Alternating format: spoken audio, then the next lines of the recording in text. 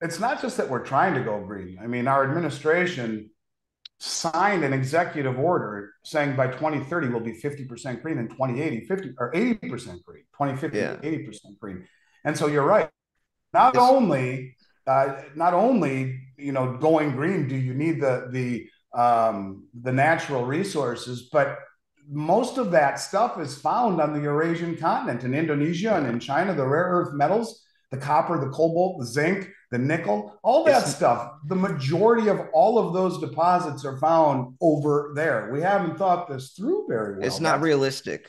Well, I forget who said it. It was like Ted Butler or Keith Newmeyer, someone, they were talking about this, and they said if you think we have enough silver to go green, you're living in la la land, and that hit me hard. I was like, geez, but the numbers don't add up. Biggest record breaking supply deficits this year, 1.21 billion ounces, hundreds of million ounces in the red. Imagine by the year 2030, 2035, what the demand would be. 2 billion ounces, regardless, we don't have enough silver for it.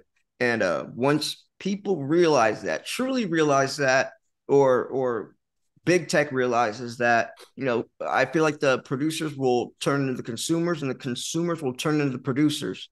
People like me, almost you and I, but people like us watching this video will be able to sell it to people that need it, right? Well, not only that, Um, you listen to Keith Newmeyer is a buddy of mine, and he's a CEO of First Majestic Silver. He's a great yeah, dude. yeah, He's not a geologist like most mining executives are. He's a businessman and a hell of one. And he mentioned recently that for the first time ever in the conferences around North America that he's speaking in, he's seeing automotive manufacturers attending there you these go.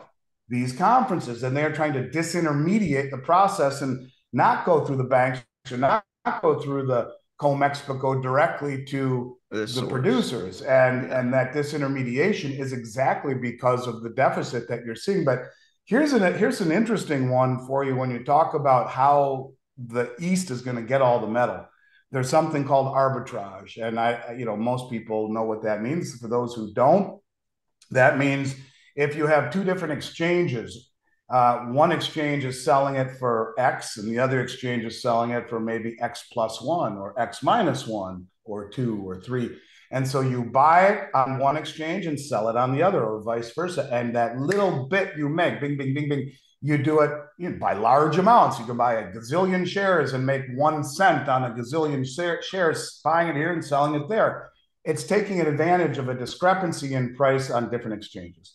Well, I said a long time ago when they started talking about the Moscow Metals Exchange, I said this is how they're going to do it. That they're going to siphon all the metal out of the West by just listing the price, because these are the countries that own it all, the Eurasian countries, and they'll just lift the price higher by saying the COMEX price is bullshit. Here's what we say the real price is. And this is cash and carry, like the Shanghai Gold Exchange. You go there, you pay cash, you get it, you leave.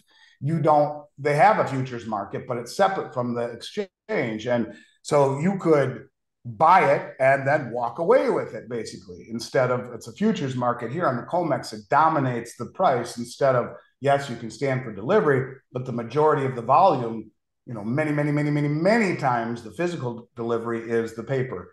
So, anyways, in current last week, um, the price of gold in the United States was $1,909.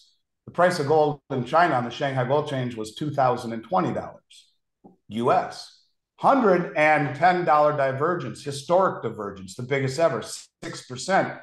And this 6% spread between the COMEX and the LBMA and Shanghai, think about this. This happens 3 weeks after you find basically OPEC joins the BRICS.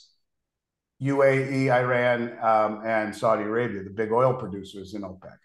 And so when you think about it, is China playing their gold card? That we talk about the fact that they want to own all the gold and they're going to back a new currency by gold. And there is no question that because they revalue it as a tier one asset, BIS understands the significance of gold. So how do they do it? Well, they have Shanghai say we'll pay you 2,020 bucks, and the West says we're only selling it for 1909. Do you think the bullion banks will not drool on themselves, the Right. JP Morgans and the Citibanks, and they're going to sell all the metal to arbitrage the hell out of it over to China, and they get it all. Yeah. And I They mean, already. it's crazy. It's absolutely insane that this is happening. And I don't know if it's just an odd moment because of has to do. Some people say it has to do with import or export restrictions or dollar restrictions, whatever it is. I think it will open their eyes and say, well, this is how we get it all. We just make the price way higher than the bullshit Western system says, and then they'll arbitrage it all and we'll just stand for delivery off the LBMA and the COMEX and take it all anyway.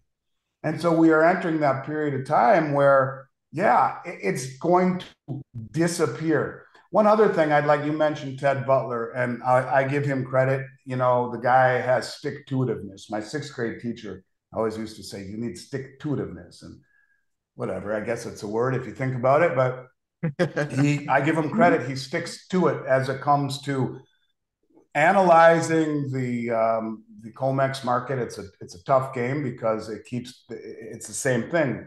The commercial banks let the price fall, they suck in the speculators, and then or they let the price rise rather. They suck in the speculators, they hammer it, they let the options expire worthless, they rinse, wash, and repeat, and they screw the managed money over and over and over again. Managed money goes long, commercial banks go short, they smash the price, the managed money sells, the commercial banks buy it below their short, they make money, and then it just goes over and over and over. But you can't do that when the supplies are disappearing, when the exchanges are Yes, bleeding it away. You have nothing to deliver when they stand for delivery. So check this out, exactly. what Ted Butler said, and then you can comment on it. Yeah. The true exposure of the call options on COMEX is only 25,000 contracts of the more than 70,000 contracts of total call option open interest. That would bring the total COMEX futures and call options short exposure to 135,000 contracts, 110,000 futures contracts plus 25,000 call option contracts, or 675 million ounces. That means for every dollar increase in the price of silver, the longs will make 675 million and the shorts will lose 675 million. At a $5 price increase, it would amount to more than a $3.4 billion gain and loss, while a $10 increase would amount to a collective gain and loss of $6.75 billion. So when you talk about one of these days, something goes bang, and the commercial banks are on the other side of this where it goes up because in the end, they will be on the right side and it will bankrupt.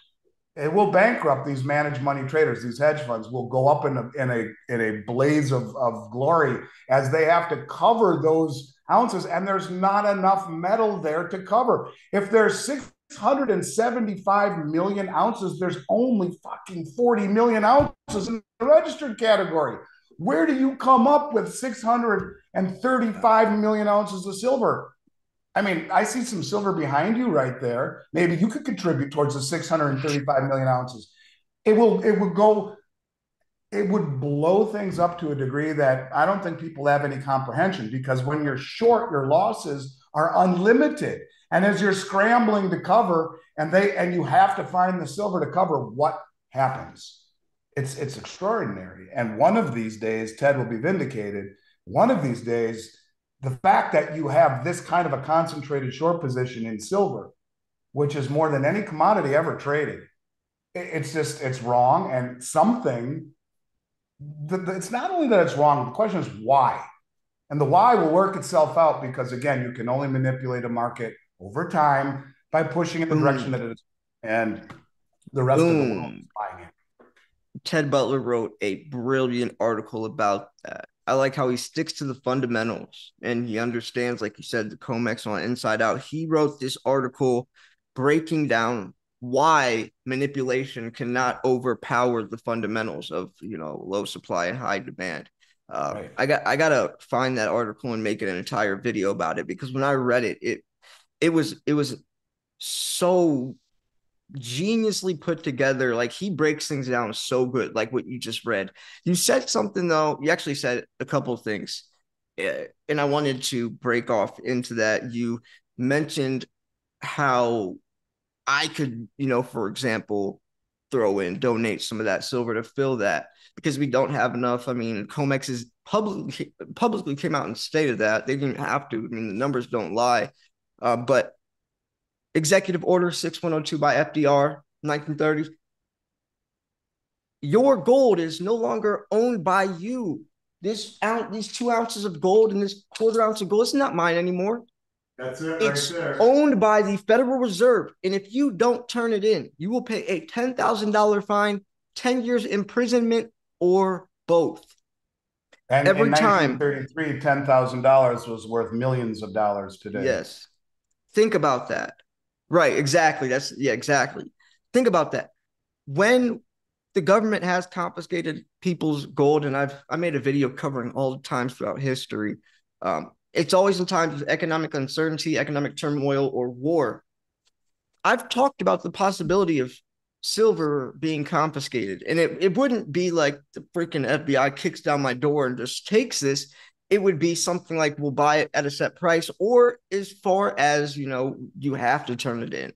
I think they would push it more the narrative of like help us save the planet. We need silver for to make these solar panels or whatever. Like I feel like that would be their best bet. Who knows how it would go, but yeah, I've talked about that reality, and even more so, there is proof. 1980, the Hunt brothers, what happened? They owned something up to 77% of the global silver supply. All those contracts turned into physical. That exposed it. Imagine if what you were saying. If The Hunt if brother everyone changed the rules on the Hunt brothers then and said those silver long rule seven, contracts were illegal. You can only own a yes, certain amount, but you could be short all the contracts in the right. world. Like Silver Rule 7 was that, and that led to Silver Thursday, and that was the highest price silver's ever been until this day. Think about that as well.